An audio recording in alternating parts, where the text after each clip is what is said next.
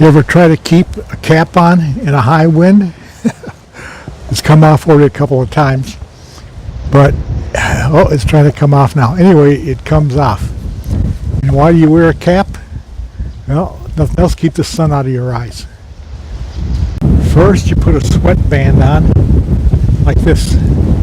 Then you tuck the cap underneath the sweatband. And that baby ain't never coming off.